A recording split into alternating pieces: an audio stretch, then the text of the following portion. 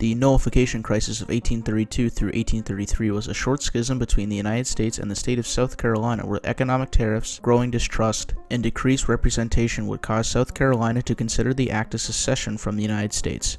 This event in history wasn't famous for its time, although no one knows about it today.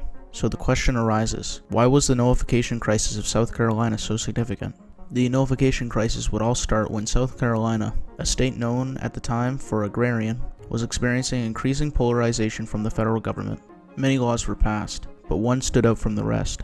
Tariff 1828 would pass through Congress, although it was not expected to do so in the first place. This tariff would charge a 38% tax on some imported goods and a 46% tax on certain imported raw materials.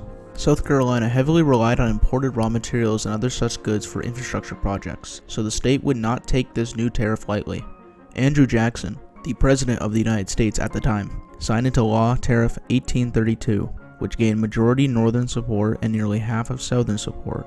South Carolina would not take these tariffs lightly, as they thought the tariffs were infringing on their right to participate in the economies of both foreign and domestic.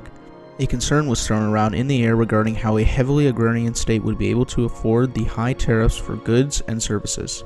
This was enough for South Carolina to adopt the Ordinance of Nullification, which stated that both the tariffs of 1832 and 1828 were unconstitutional, as well as unenforceable.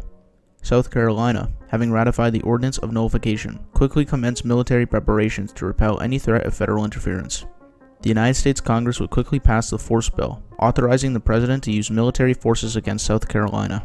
After negotiating what to do with South Carolina, the Compromise Tariff of 1833 was passed, and was largely satisfactory towards South Carolina. Because of this, South Carolina will repeal its nullification 3 days later, however nullifying the Force Bill, some say to show the federal government that the individual rights of states were not being infringed by the federal government. The Nullification Crisis, although seemingly a footnote in history, would pave way towards the American Civil War.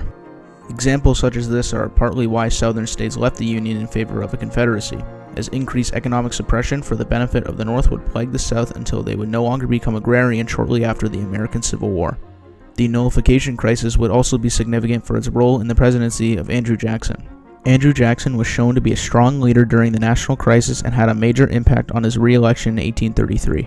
Andrew Jackson would go on to be a founding member of the Democratic Party, a modern-day political party within the United States. The Nullification Crisis would also give reason to the federal government to pass the Force Bill, which gave them the ability to use military force on a state at the direct order of the President of the United States, a power that the President and the federal government still have to this day, and even to a greater extent because of the American Civil War.